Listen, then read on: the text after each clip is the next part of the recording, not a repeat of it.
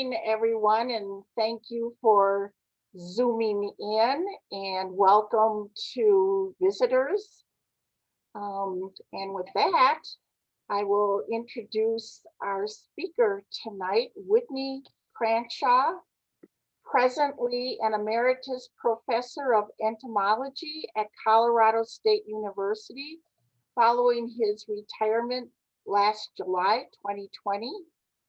During his 37 years at Colorado State, he primarily worked on issues related to the better understanding and management of insects that affected horticultural plants in the state, vegetables, shade trees, turf grass, and specialty crops. He is passionate about insects, particularly Colorado insects, and continues to work several projects in this area that are of most interest to him. He has authored numerous publications, including several books, the best known of which is Garden Insects of North America, the second edition. Many of these can be found on the Colorado Insect Information website that he maintains within the Department of Agricultural Biology. Welcome, Whitney, and Well, you're on. Okay, let me see if I can share the screen here. And get this started.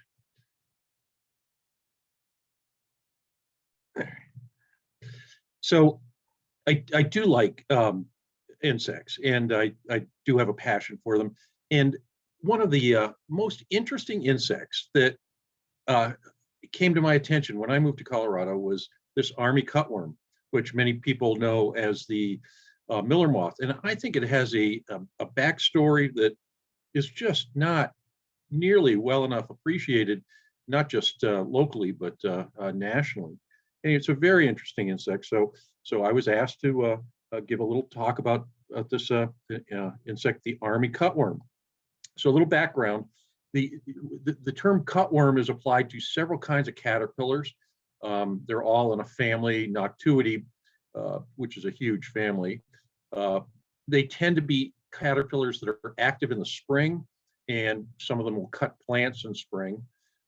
And the term army is associated with a couple of them, and that just means that they sometimes occur so commonly that the caterpillars may be seen moving in bands. And by far, the most important dominant cutworm in this part of the world, here in Colorado, both sides of the mountains, as well as the high plains, is the army cutworm. So it is a insect that sometimes is a pest. I'll talk a little about its pest status in agriculture, but it is a sporadic pest.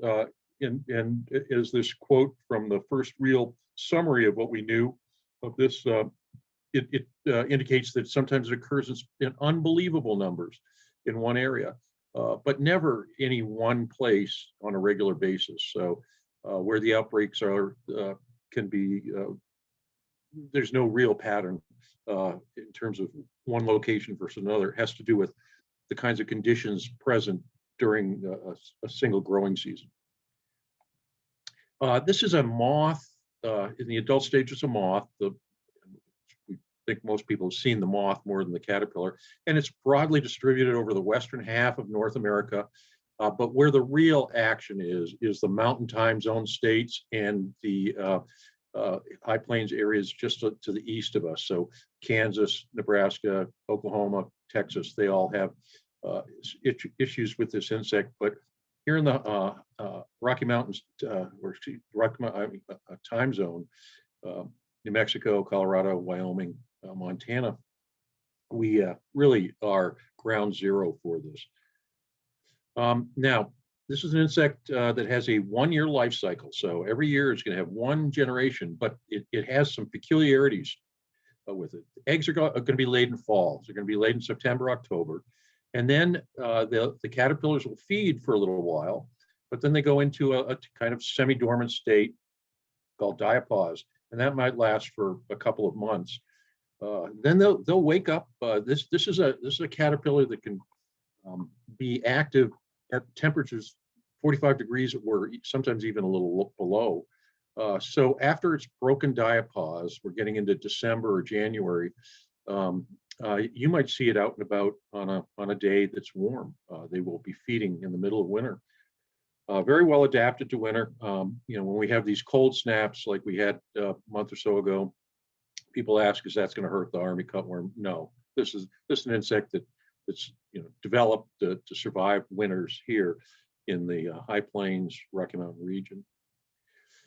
So the larva is what we call the cutworm, and it is the most common spring-feeding cutworm that we have in this part of the country, as I said before, and it feeds on a lot of kinds of plants. But where it's particularly damaging in terms of crops is in winter wheat and alfalfa, sometimes in rangeland. It also affects a lot of vegetables and turf grass. I'll show you is a insect you might have in your garden, where it might be chewing on a couple of plants early in the season. So this is an insect that will resume feeding again as it warms up in spring, and there will be a range of size of the caterpillars at different times. So this happens to be what they looked like in terms of size last year in early March in Kansas. So these ones, the larger ones, are probably another couple of weeks before from being fully developed. And last year things were a little ahead. This year things are quite a bit further behind.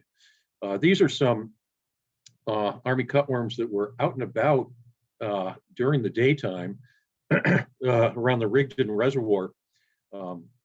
Dr. Boris Kondratiev, a friend of mine, is just regular checks on that area, and for many days in a row, he would see scores of these during an early morning hike, and some of them would even be on the snow. And when you took them out of the snow, they would then revive.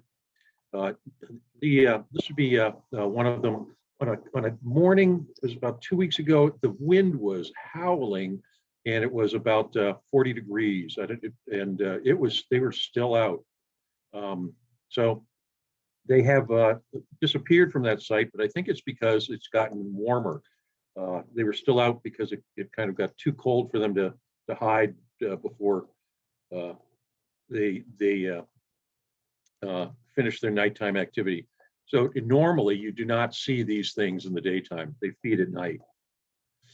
So damage in a wheat field that you might look at in the upper left is a little bit of tiny damage you would see from a little tiny caterpillar. As they get bigger, they chew more of the leaves.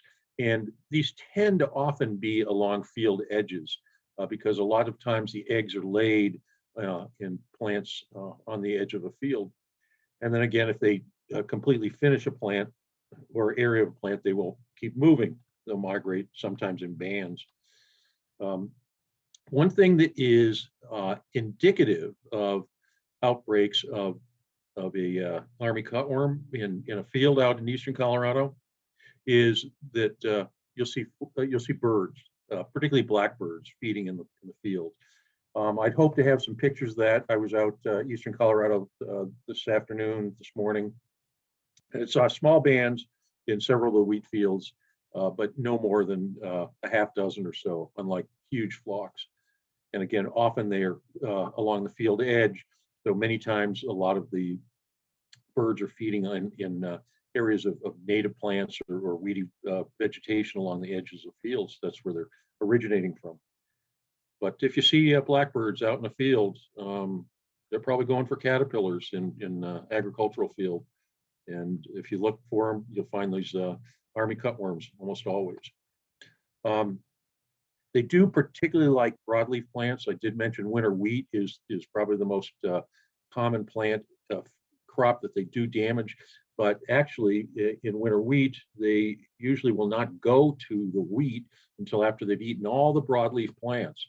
So in this field, this is a field that had a lot of flaxweed, a winter annual mustard in it, and the army cutworms ate all the flaxweed, and then they moved some into the wheat, but they do have a preference for broadleaf.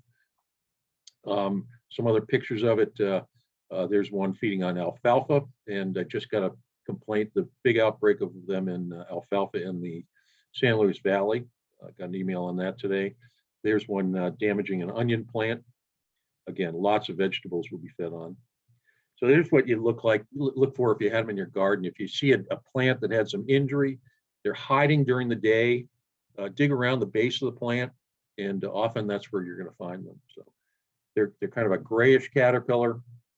They'll curl up in a C shape when it rests in defense. And anyway, so might want to watch for them. This could be a pretty good cutworm year.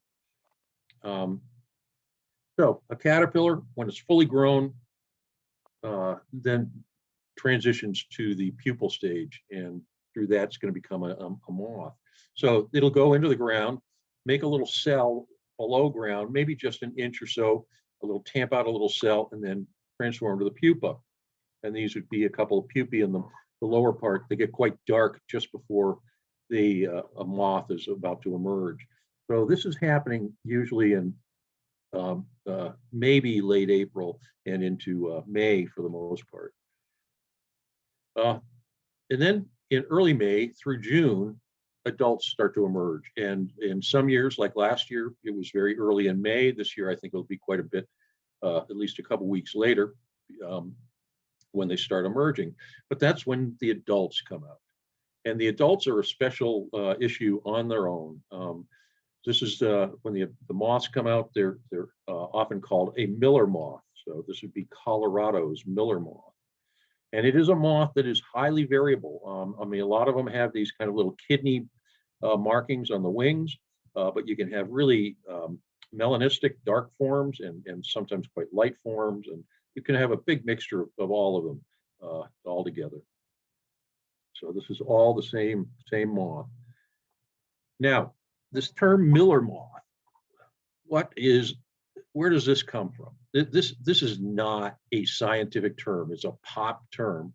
And it is a term that is not just used for this moth. It is a term that's generally applied to whatever kind of moth is locally really abundant. And the reason it's called a miller moth is that you're probably aware that moths have scales on their wings, and these scales are easily dislodged. And so the term kind of refers to someone who mills grain, would be a miller. And when you mill grain, you get flour all over your clothing. So this would be why it's called a miller moth. But a miller moth is, again, a non-scientific term for a locally abundant moth. Here, when people are calling something a miller moth, it is the army cutworm. In Florida, it's a different moth. And my brother in California, it's a different moth. It's whatever moth is locally abundant, and it's related again to the scales that come off their wings. Now, this has a 1-year life cycle, as I said, but there is going to be a real, really unique twist with its life cycle. And that is that after it becomes an adult, unlike all the other cutworms in North America, they don't just then mate and turn around and lay eggs when they become an adult. No, they take a 2 to 3 month period when they're in a reproductive diapause state where they're not going to be laying eggs. So they don't lay eggs immediately after they come out. They're not going to lay eggs until September and October. So they're coming out in May and June, and they don't lay eggs until September, October. What do they do? Well, what they do is these migrate. They follow flowers and they try to stay cool. And they spend the summer fattening up. And this has an effect of causing them to migrate from the lower elevations to the upper elevations in a really unique, true migration, insect migration. Probably the biggest insect migration we have in North America is this army cutworm, certainly during the big outbreak years. And so they're following sources of nectar, which is what they sustain themselves on. And the sources of nectar, of course, come from flowers. Not just any flower. Usually it's flowers that are often white or pale, and they feed almost entirely at night. So much of the feeding you do not see unless you go out at night. And these pictures were all taken last summer on some of the plants in my front yard. Day feeding may occur. Here's a couple of video clips. On the left is feeding on a yellow flowered buckeye, and on the right is on a pea shrub. The one on the right, they'll just all come boiling out, and then when somebody disturbed them. Just a sec here.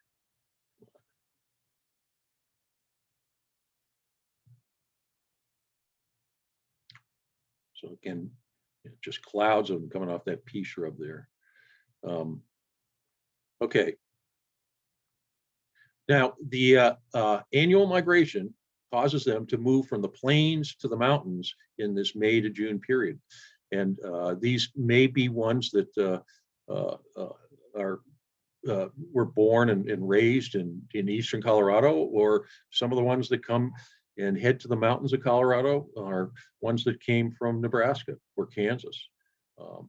It is a flight of hundreds of miles across the eastern plains. There's a similar migrations occur in western Colorado, but they're not nearly as spectacular. But you go down into New Mexico, you get a similar kind of migration from a lot of the moths that originated from Oklahoma and Texas. So so at some time they're going to come into town. For me, what I always find is the biggest first tip off on when they're coming through town. This is really, I think, very consistent, is when I start seeing the swallows dive bombing in the intersections. That's when the miller moths are coming into town. And if we don't have a lot of them doing that, like we did in 2019, it's because we didn't have many miller moths coming through town. But to the day, I mean, when I see those first swallows dive bombing the intersection, that's the first time I can find miller moths when I start looking around in my home. And the reason for this is people deliver these moths to the intersections in their vehicles. During the daytime, these moths hide. They'll get into the cab of your car, and then you roll down the window and shoo it out when you get to the intersection, or they are undercarriage of your car, and I'll just watch them boil out when somebody stops at an intersection. They just come out of the undercarriage of a car. Swallows are waiting for them, and it's just pizza delivery all day long. I mean, they figure this out fast. Anyway, but during the daytime, miller moths will normally be hiding in tight, dark crevices, and that again could be a vehicle, but often it's some shrub, some dense shrub, or it sometimes also causes them to enter homes.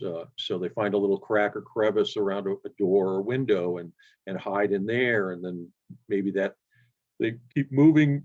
That leads to another little crack or crevice that then ends up in the living area, and then they sometimes get into our homes and get into our cars, and that drives people nuts. So if you do have these moths coming into your house, they do not feed on anything in the house, and they are not laying eggs. I mean, sometimes people are worried that these are going to get in their clothes. These are not clothes moths. These are cutworm moths. They only will have caterpillars that develop on certain kinds of plants outside, and the eggs aren't laid again until September, October. So they are a moth in the home, but they are not feeding on anything in the home.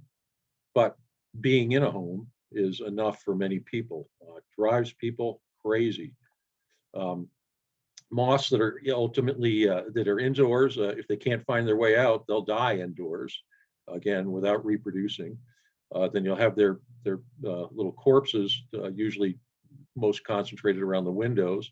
They also have a behavior that causes them to defensively eject fluid, which can cause spotting. And I'll come back to this because that's a kind of a unique thing about this army cutworm.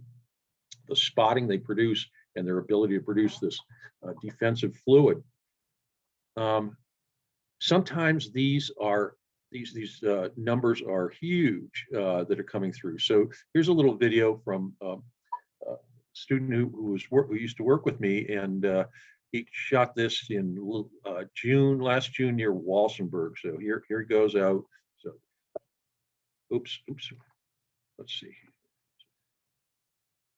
Wait a minute. Let me back up here. That's it. Oh shoot! I didn't get this right. Anyway, I think you'll be able to see it. Thousands and thousands and thousands and thousands of moths. So we had lots of complaints about huge numbers of moths bothering people last year in some areas. We had a good year last year for moths. Let's see. That still doesn't work. Okay, anyway, it was a big year last year.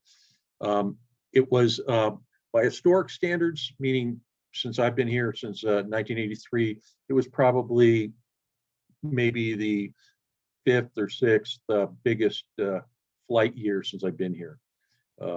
Certainly in the top 10, but not the biggest by any means. What I think made it so dramatic is that the previous 4 years and really 5 years before that, so we're talking 2019, 18, 17, 16, 15, those were extremely low years for miller moths. So a lot of people had never seen this. They moved here the last couple of years, never seen this. And then last year just, oh my gosh, what happened? Well, you should have been here in 1991. That was the great year. The best year for miller moths since I've lived here. Anyway, one other thing is remembering that you are getting them all going to the mountains. The closer you live to where they're ultimately going to go, the more are passing through your property. So if you're out in northeastern Colorado, you get the ones from northeastern Colorado plus the ones that came over from Nebraska. You get into Weld County, you're getting those, and the ones that come up in Weld County, and then Larimer County, we get all the ones that came from the east plus the ones that came from Larimer County. All move into the mountains where they spend the summer. And this again is very upsetting to many people, and I'll come back to this. So every once in a while, and I got one not too long ago, I get a message like this, an email like this, says, I'm a resident, and I was wondering if I could predict the population of miller moths and when they will migrate. I have a phobia, and I want to be out of the state when this is happening. I mean, people plan not to be in Colorado when miller moths are coming through. This is something that, this is just a recent example of this, but I've had this happen many times in the past. So they're migrating through, and where does everybody live? They live right at the base of the mountain, so they're getting again all of these moths that came from east of there. And then they're all heading up to the high country where they're going to spend the summer. So in June and July, pretty much they're all up at the end of June and into July. They're usually pretty much all up in the mountains, and there they stay. Again, they're still not laying eggs up in the mountains. They're just staying cool and trying to get fat. So this is a time where they really build fat reserves. So fat reserves at the start of in June, in late June, might be 13 to 46% fat reserves when they get to the mountains, when they first arrive. But by the but a lot of work has been done in terms of how they use the nectar plants, and this is the original article that really showed all this. By the end of the summer, their fat reserves have been bolstered to 72, 85%. So they're much heavier, much fatter, and only at the very end of the summer, maybe beginning in very late August, but then into September, do they even begin to start maturing their eggs. That's when their reproductive diapause ends, and then they start to produce eggs that ultimately they'll lay in the lower elevations after they have made the reverse flight. So there is a reverse flight. And that occurs in September and October, and that's when they're going to be laying the eggs. So they start on the plains, they summer in the mountains, and then they return to the plains. And again, this is a really unique migration in North America. I mean, everybody knows about the monarchs, multiple generations, during a year, and they move north and they move south. And yeah, this is one in 1 year, they make a migration always to the mountains and always returning. And I had never heard I'd never heard of this before I came here. And I studied entomology for years, but I'd never heard of this. So it's I'd gone to school in Minnesota and eastern U.S. And anyway, it just blew me away when I moved out here. There is, interestingly, a parallel insect that does the same kind of thing. If you go to Australia, they have a moth. It's also a cutworm called the bogong moth. And this is one that has a similar low country to high country annual migration. So it is again, a cutworm that is a problem in the plains of Queensland, New South Wales, Victoria in the spring, like ours is. And then when they become adults, they head for the mountains. In particular, they head to caves in the Australian Alps, and there they remain dormant for months. So you'll see, these kind of looks like a cave full of bats or something, but these are caves full of these moths heading to the high country to stay cool. So they don't do the big nectar feeding up in the mountains that ours do, but they do go to the mountains to stay cool during the hot, dry summer. And they may pass through major population centers. Sydney would be one of them. I remember when the Olympics were in Sydney, I was watching the television and seeing these moths going right by the television cameras. So there was a nice bogong moth migration running through Sydney when they hosted the Olympics several years ago. Anyway, that's the closest moth that I am aware of in terms of having a habit of what our moth has, the army cutworm. So then there's some questions. The most common, all too common question is, what good are Miller moths? I hate this kind of question. People ask, what good is this insect or not? And I want to turn around and say, what good are you? Dang it! So this is not. They're part of nature. But so anyway, but I do realize that there are issues. I generally don't say what I'm really thinking in many of these cases, but there are issues that people have with moths. The fear of moths is a real phenomenon. It's not as big as the fear of spiders, but it's big. So, and it's called mothophobia. We did a survey of students in my intro class in 2011 through 2013, and about 1 in 6 students, 17.5%, said they somewhat fear or greatly fear the presence of a moth in a home. And in terms of responses to the selection, I greatly fear moths in my house and can't stand, I guess I mistyped that, can't stand being in their presence.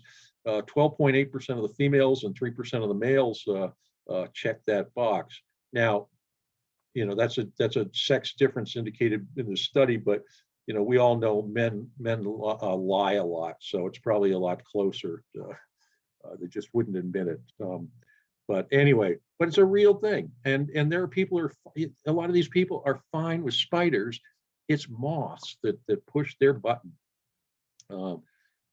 Anyway, and some of the specific issues they might have is the way moths fly around and move. They find it is unsettling, and that can involve their fluttering or their quick to fly action. They're hard to catch, but then at the other hand, some people don't like the way they just stay in place all day. And then there's this attraction to lights. I mean, that just, why are they doing this? Why? It's just bothering me. Why? Well, the reason moths are attracted to lights is not their problem. It's a problem we have made for them. the reason moths are attracted to lights is moths, as along with other insects that are night flying, orient to distant bodies, celestial bodies of light, the stars, maybe the moon, but these are distant sources of light, and they can keep a constant angle to that distant source of light, and they can keep on track for whichever, wherever they're going to fly. You put a point source of light on the planet, like we have done with all our street lights, that is essentially like the moon to them, or some star that they've been working on. And so they fly by it, and then the angle changes immediately. So they fly by and it changes again, and flies by. So they then circle towards it. It's because we have confused them by putting these sources of light here on the planet that did not belong here. And that's why many insects are attracted to light. I mean, it seems stupid, but they evolved without what we've put on here. And it's the street surface lights again cause them to spiral into the light. So this is a little haiku on this issue, and maybe it's this is being a little unfair, but on the attraction of a moth to a flame. Frail and lonely moth, seeking warmth in candle's flame. Stupid idiot. Anyway, so it's being a little unfair to them, but there's a haiku on it. Now, another thing that's interesting is that sometimes ultrasonic frequencies may cause erratic behaviors. And the reason for that is that many night flying moths are sensitive to ultrasonic frequencies that are produced by their main nighttime predator, which would be a bat, that are using these frequencies. So in response, if an alternate source of ultrasonic frequencies is made, then they will be, maybe they'll abruptly fly, or fly in a very erratic way, or drop to the ground, or do something in terms of avoidance.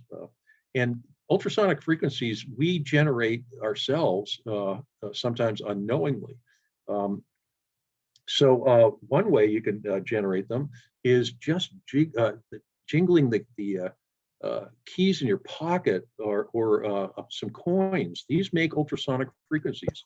So if you were to shake a bunch of keys or coins in your hand in front of a shrub that was full of these moths, they would boil out. I mean, it's pretty dramatic. If you want to do a stupid pet trick with these, jingle keys or coins, and they will, if they're hiding behind, say, that shutter there on the left, they'll come out.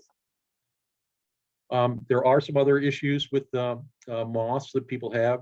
Sometimes some of the comments from students where they're annoying or irritating, didn't really talk too much about them in terms of why they were annoying or irritating. They just said, I think they're annoying or irritating.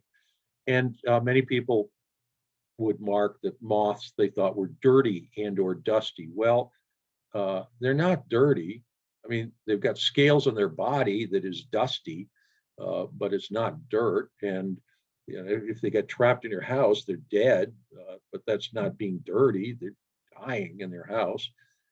Some people, again, worry about moths in the home because they eat clothing. Well, there's a tiny group of moths that are capable of eating woolen, keratin, the clothes moths, and these are extremely rare in Colorado. There is also, though, this issue with this army cutworm of spotting, the spotting that they can produce on walls and the like, and that's a very interesting phenomena. There's only been one paper on this, and it is preliminary, but it's on Euxoa auxiliaris, which is the name of this insect, and it's a moth that sprays. And so what this insect is capable of is ejecting fluid from its anus, and it can do it repeatedly. So in this little paper here, this is pretty much all that's ever been done, but some of the things that were found in terms of this army cutworm discharge is they spray a lot. Each time they spray, and it takes them a while to recharge, but it's about 5% of their body weight it can be sprayed out. The fluid, that they put out may vary in color and turbidity, and it may or may not have a little bit of the meconium in it. Meconium is a fluid that moths void after they have become an adult. It's the waste material that they retain when they're pupa, and they void it. And army cutworms will void the meconium over a period of maybe a week or so. So that may be part of it, but they can also create new fluid in a process that's called rectal loading. I love that. So this is a moth that is capable of rectal loading, so they can recharge if they've given a source of moisture, and then do it again. The fluid that they do spray out is slightly acidic, but it doesn't seem to be a real irritant. So there's still questions on why they do it. But the proposed purpose is probably to startle potential predators. I mean, they will spray when they're disturbed. And this could be enough to deter a lizard or a bird or something that might be wanting to feed on them. Another question that comes up, and this is, I think, a really quite legitimate question, is why do I have more miller moths in my home than does my neighbor, next door neighbor, or somebody else I know? And this is real. I mean, some people may have more in their house than others, and there's a couple of things that could be involved here. Outdoor lighting, possibly, but I don't believe that anymore. Sealing, how well the home is sealed, maybe. And available daytime shelter. So if there's cracks and crevices in the home, they can use, that might be important. Or dense shrubbery around the house is a good place for them to spend the daytime. But I think the main thing is flowering plants, proximity of flowering plants. That's the main thing these things are looking for. And if there are flowering plants when they're passing through of the right kind, they'll stick around and nectar feed and maybe stay for days, particularly if it's been difficult to find other sources of nectar.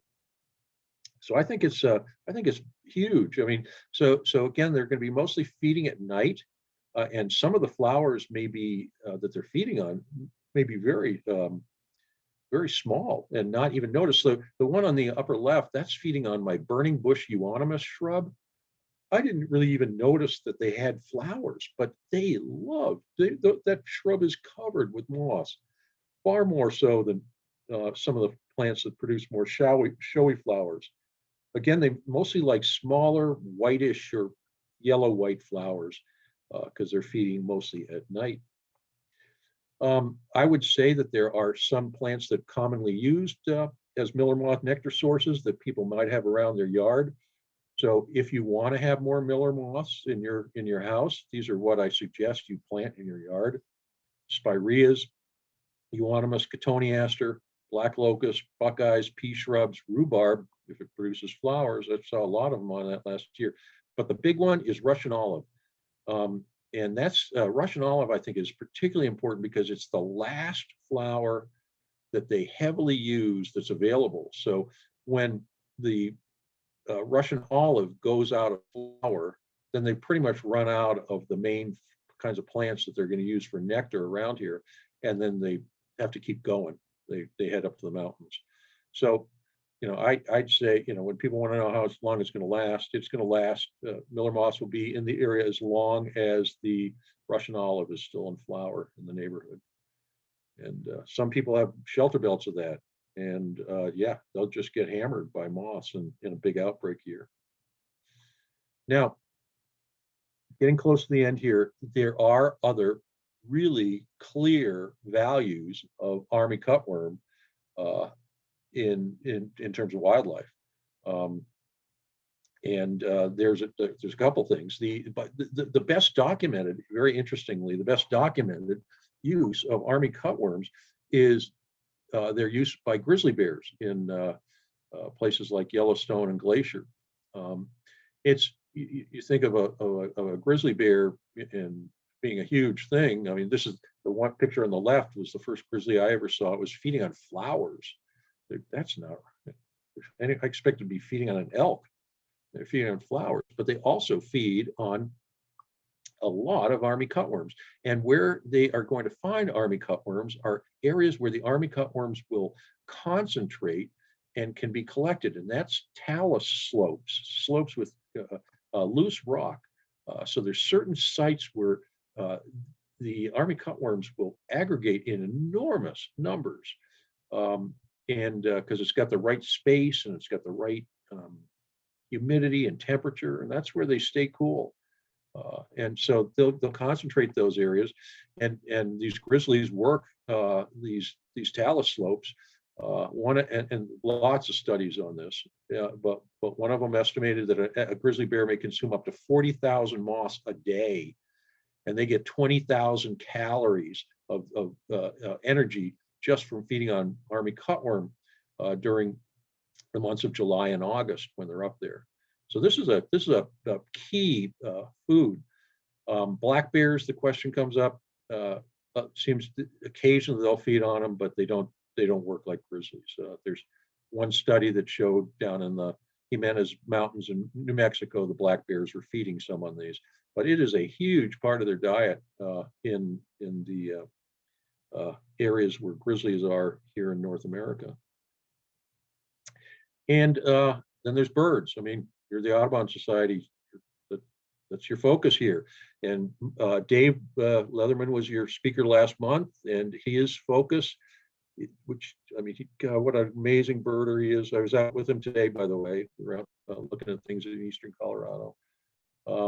And he's had this column for Colorado birds for over a decade now that has a focus on what kinds of insects are being fed on by Colorado birds. So the Hungry Bird column, not sure if any of you have subscribed to Colorado Birds and see this, but he's a regular contributor to that. His very first article was on army cutworm.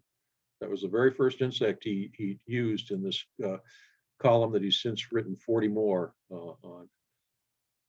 And it is army cutworm is very likely the most important caterpillar used in this region of all caterpillars. You know, I hear about, I don't know, I hear people talking about, you know, we should plant certain plants to have caterpillar in this part of the region, because in the East, there's been good work showing that certain kinds of native trees support certain caterpillars. Well, you know, we're Colorado. You know, you can't take something from Delaware and make it work here.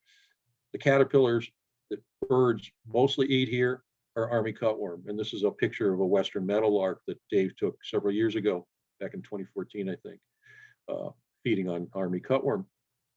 Dave also noticed lots of other birds feeding along roadsides along this year, particularly blackbirds again.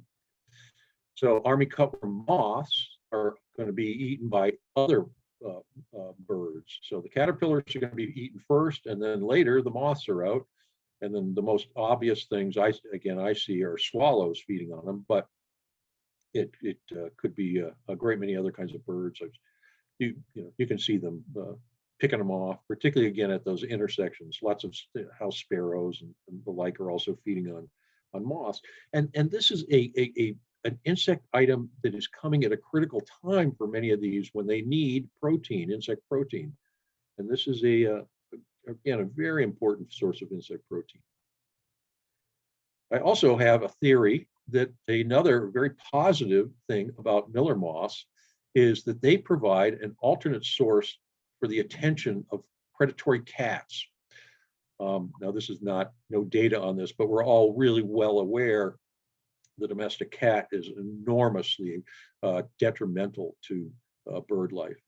And what happens when we have a lot of Miller moth cats chase them. And, you know, they're looking for something to hunt, and they chase Miller moths. And they'll run around the house and knock over the furniture chasing them. They'll go outside, they'll eat so many they'll throw up. But anyway, their attention is being given to something else. So I think in many cases, if we have lots of these moths around, they'll leave the birds alone. So here's a photo I got from on the internet today, but just watching a moth. So that's another good reason to have them. It keeps the cats, the feral cats, doing something else instead of eating all the baby birds. So anyway, that's my theory on this. Now to finish up, the criteria for guessing how bad a Miller moth year is going to be is it's a really kind of loose, I wouldn't even call it a science, but basically when I'm trying to guess how bad a Miller moth year is, and this would be just the aspect of how many moths are in people's face, there's two things that I mainly want to look for. And one is how many caterpillars are there, how many moths are there from year to year. And the second thing is how many alternate food sources are there for the moths during their migration. So for population size estimates, how would I guess how many Miller moths are going to be generated in a year? One of them would be just looking to see how many moths there seem to be in September, October. Are we having are we seeing a lot of them returning from the mountains? Because that's going to be the adults that lay the eggs that will produce the caterpillars for the next year. And the way I used to do this is one of the indicators I had was a class I taught in fall for horticultural entomology, and students had to bring in insects. And some years, every student brought in army cutworm as one of their insects, and some years none of them did, and that was a pretty good heads up. Now, I don't teach that class anymore, but last year I could see the returning cutworms very easily. And then the other thing is reports of incidents of army cutworm caterpillars in the spring. And this spring, again, I thought it was very unusual the way that all the caterpillars that were seen around the Rigdon Reservoir just during a little hike. I mean, that's very strange. That's unusual high numbers. And again, Dave Leatherman down and spending a lot of time, particularly down in southeast Colorado, seeing a lot of predation of caterpillars along roadsides and in these weedy areas.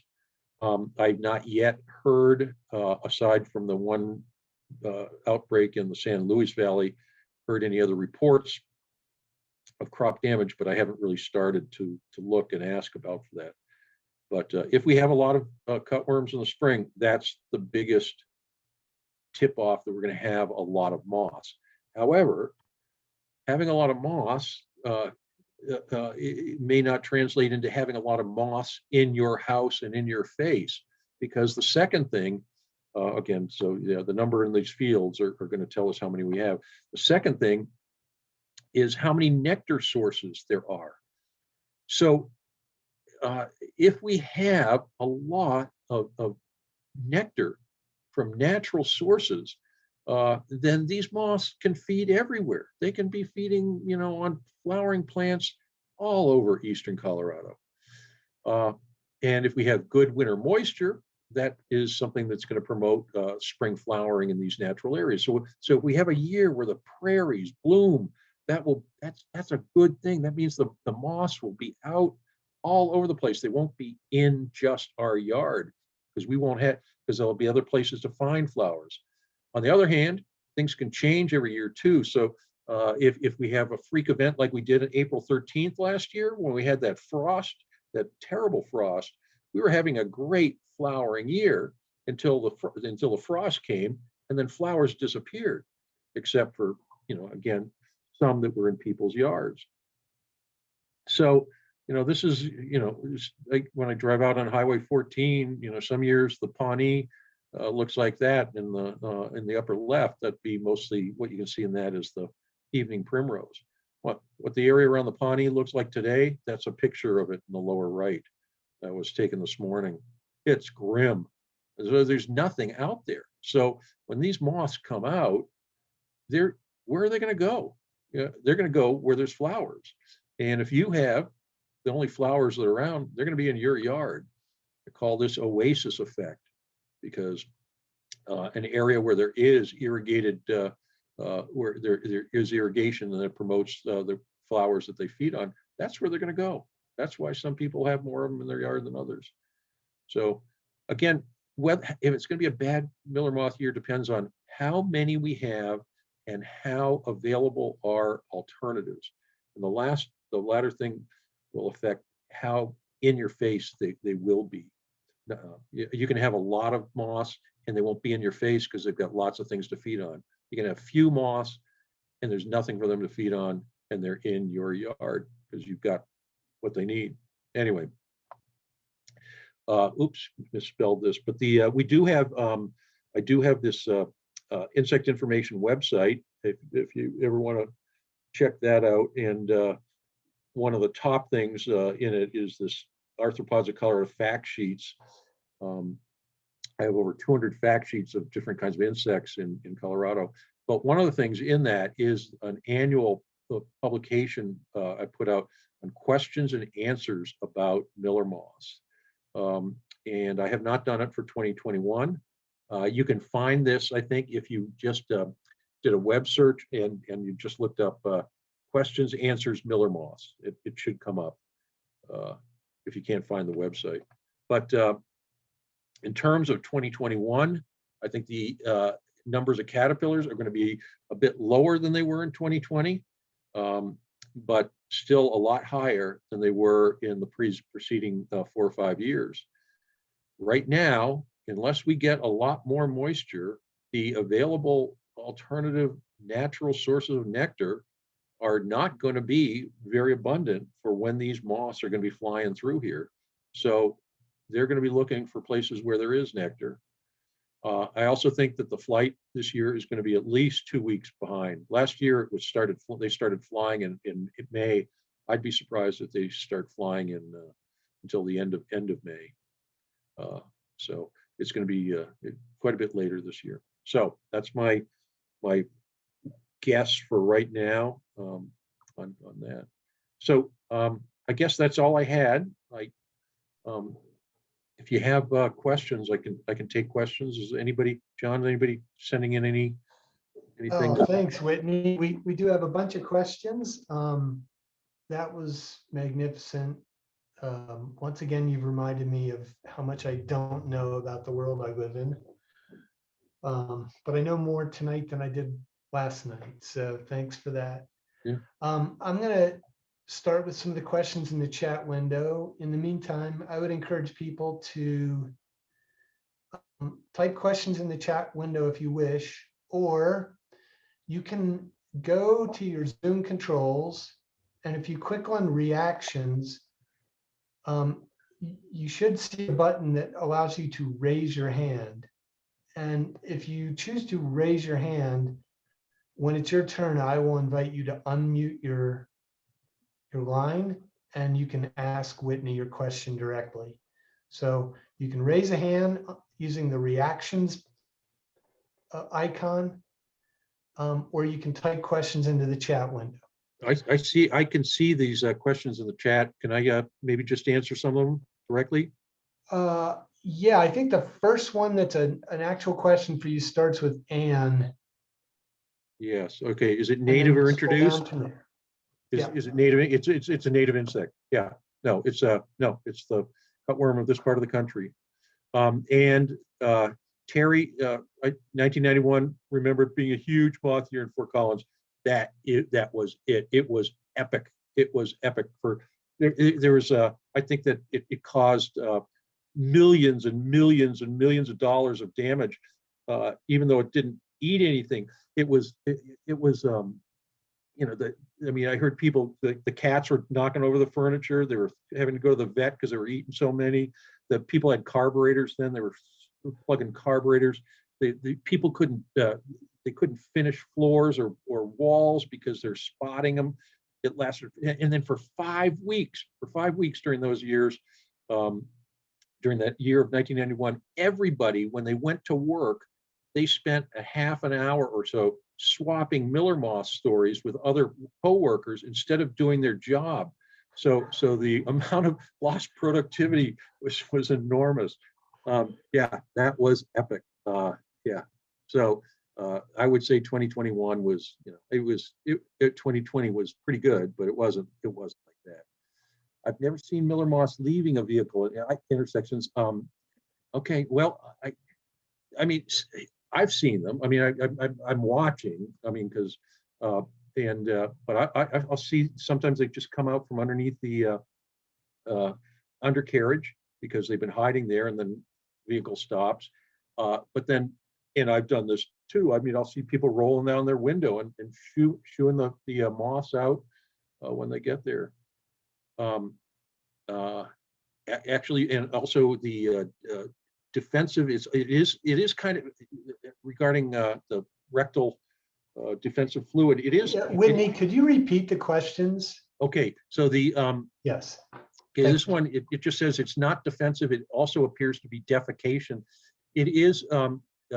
This is what we're talking about, the spray, and it is. It is both. I agree. Particularly the meconium part, which is more.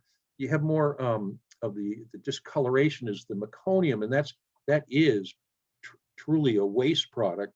And the moths tend to lose. I mean, they tend to get rid of the meconium part as they get older. So eastern Colorado, for instance, has the moths will often, far eastern Colorado, they'll spot more because by the time they get to Pueblo or Colorado Springs or Denver or Fort Collins, a lot of them they've already defecated, and then it becomes more a mixture of the new material that they make with the rectal loading. So, but also, I mean, defecation can be used in a defensive way too. Again, let's see if I can find anything else here. Will they spray the fluid in response to jingling keys or coins? I don't know. I guess I should have checked that. Usually when they're disturbed, they often will do that. So maybe that's a good point. I don't know. I once when I was first in 1991 when I was testing this, they were hundreds and hundreds in my garage, and I just would go in and I would do different things. I had a saxophone and a violin, jingling keys, coins, whatever, and watch which ones what drove them nuts the most. But I did not check if they were dumping rectal fluid. That's another, maybe next time. Prior to cropland, what was the primary food source for larvae? It's a rangeland plants. I mean, they still are. Sometimes they will clear out rangeland areas. In fact, there's an interesting paper where they were having an outbreak, or was it Idaho, I guess it was, and it was actually considered beneficial because they would took out the cheatgrass. But of course, cheatgrass isn't native. But anyway, it's rangeland plants. With the tremendous pattern variability, is there any one field character mark to make a reliable identification of the moths? Those little kidney markings, and there are these little kidney markings on their back. Again, sometimes they're very faint, but that's probably what the best thing to look at. Go look at the moth photographers website and some other places that have that'll have identification for that, but it is quite variable. But those little kidney markings are there. But again, some other cutworms kind of have it too. But no other cutworm is nearly as abundant as that around here. We do have a new cutworm, by the way, that's out in the spring. It's called the winter cutworm, and we also saw a lot of those in that walk around Rigdon. That's a cutworm that's new to Colorado as of 10 years ago. So we now have a second common spring caterpillar that birds will be feeding on. Rectal discharge is appropriate response to saxophone. Well, I won't comment on that one. I like the saxophone. Okay, any other questions? Yeah, there's one you overlooked there, Whitney, from Robert. Okay. Will the very large mountain wildfires last summer affect the cutworm moths this year? Hmm. I don't know. I mean, there'll be shelter for them. I mean, again, like loose rocks, and then those wouldn't have been hurt. If it kind of depends on how much flowering, how many flowers are up in the high country this year in terms of whether they'll be able to get a good nectar resources and build up their fat reserves. So it could, but it may just make them move to some other places and concentrate where there wasn't the fire damage. I don't know. That's an interesting question. And a couple more questions came into the chat window. I don't see anybody with a raised hand yet, but I have some questions. Maybe you can get the last couple there in the chat window. Okay, is the new cutworm native? No, it is. It's not native. So the winter cutworm, Noctua pronuba, is not a native. It's also called the large yellow underwing because it's a moth that when it spreads its wings, the hind wing is bright yellow. It's slightly bigger too, but it's not native. But it's all over North America. Alarm to changes, climate change. I don't know. The Pawnee. I mean, some years it's dry. I mean, it looks terrible now, but I mean, since I've lived here, again since 1983, I mean, the worst drought years were 2000 ending in 2003. That was awful. It's pretty dry now. I mean, we go through some. I don't know, but in terms of climate change, the main driver, I don't know. But I'll tell you, if I might want to say one thing about climate change and insects, what it has done is it has caused the insects to move northward. So when I talk about this, I mainly mention my experience with vegetable insects. When I first came here, I like working on vegetable insects, and I really like working on the Arkansas Valley, Rocky Ford, and Arkansas. The best insects in the state are down in southeast Colorado. And when I first came here, there were certain kinds of insects that were down there feeding on vegetable crops, and we would never see them in Fort Collins and northern Colorado. Well, that's changed in 25, 30 years. The things that used to be dominant down there are now, and never were found up here, are now common. They've moved 200 miles north. So now we see problems with things like squash bugs and striped cucumber beetles and more southern cabbage worms and more corn earworms and more lots of things. So things have moved. So I have seen insects move northward in the time I've lived here in Colorado. And that, I think, is climate change. But I don't know if there's any other questions here. I think that's it. So is the new one, is the winter cutworm migrating due to climate change? Or is it introduced? It's not a migrant. I mean, it's just around. It's a normal cutworm. So it doesn't go. I mean, it's spread, but it's not a migrant. I mean, spread throughout the unit. But the army cutworm is unique in it has a dedicated migration. It goes to someplace and returns. There are other moths that migrate north, but often they don't return back to the south. But this is a unique one. And again, because I just never even heard about this. And I mean, I try to tell people in other parts of the country about this miller moth flight, and I know we see lots of moth. No, you have no idea. We are ground zero for one of the most amazing insect migrations in North America, for better or worse. Yeah, so I'll ask you a question that gets at that. Would you happen to know if it's true that that miller moth migrations show up on Doppler radar?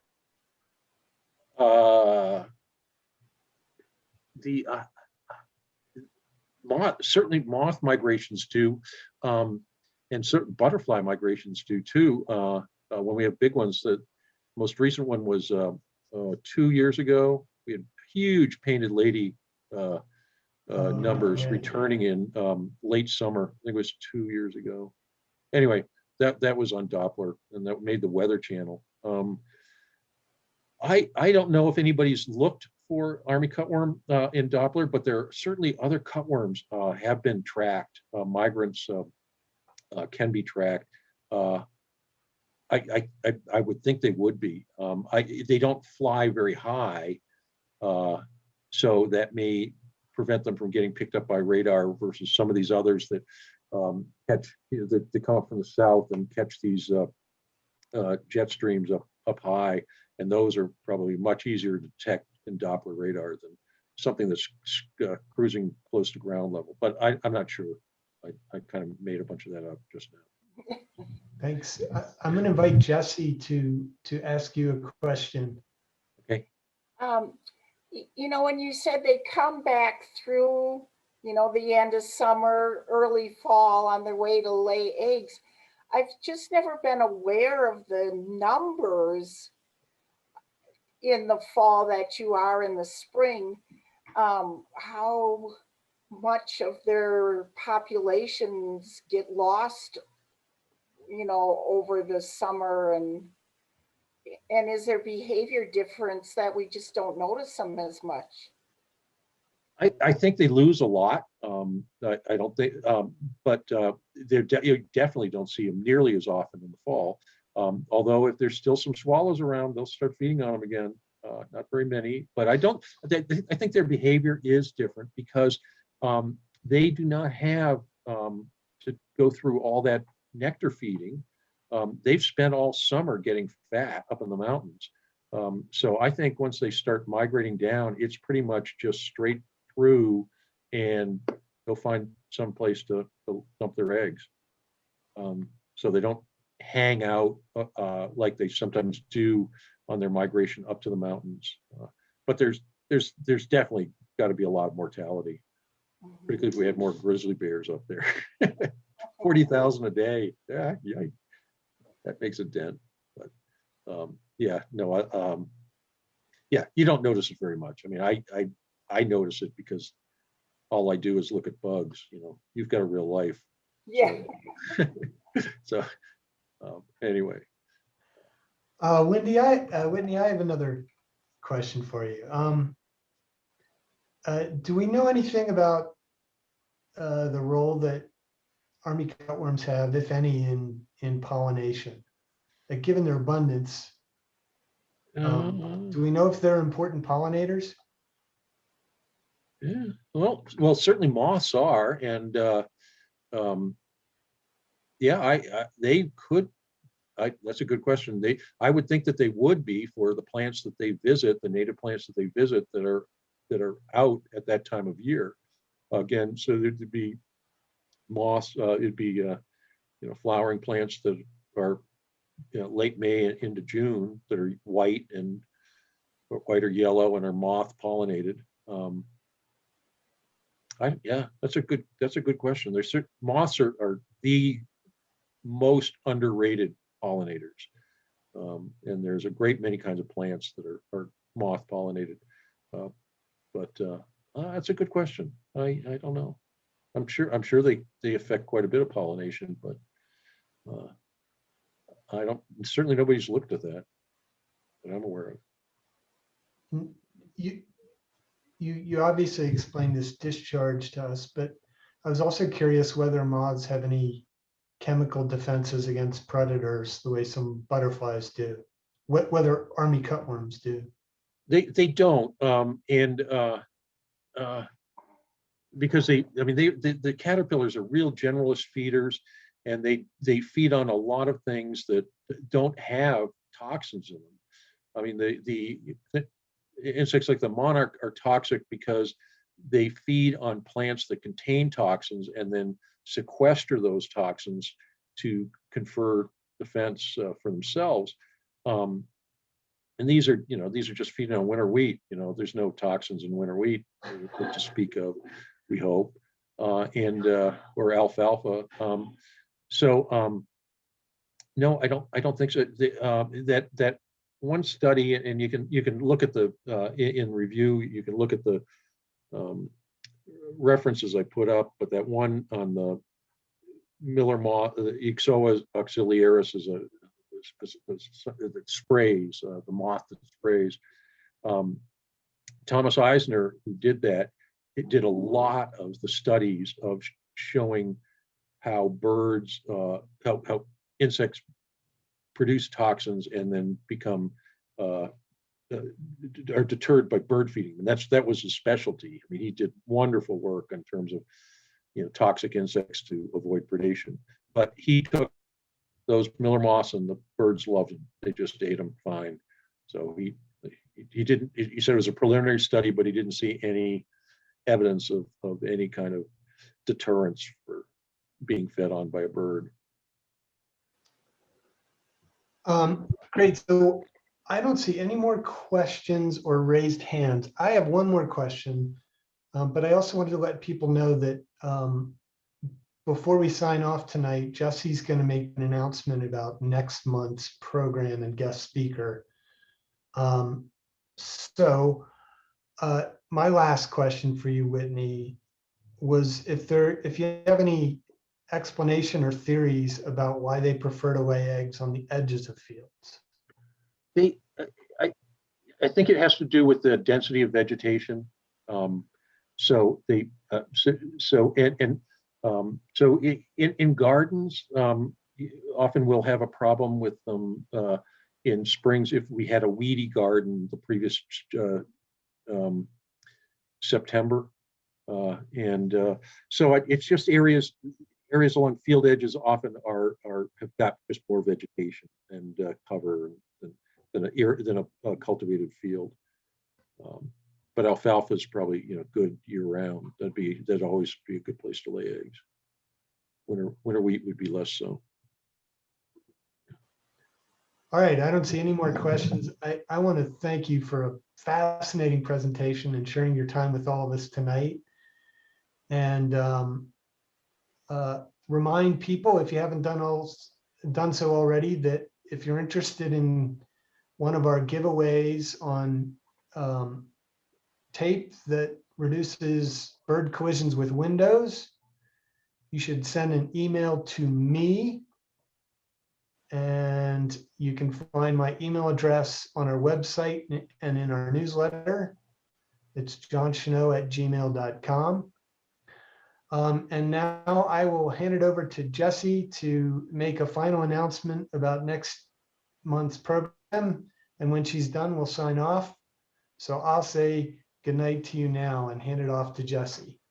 First, I want to thank you, Whitney, about, this program tonight was so informative, and you've definitely swayed me to be using different adjectives when I talk about Miller moths in the future. So thank you so much for that. And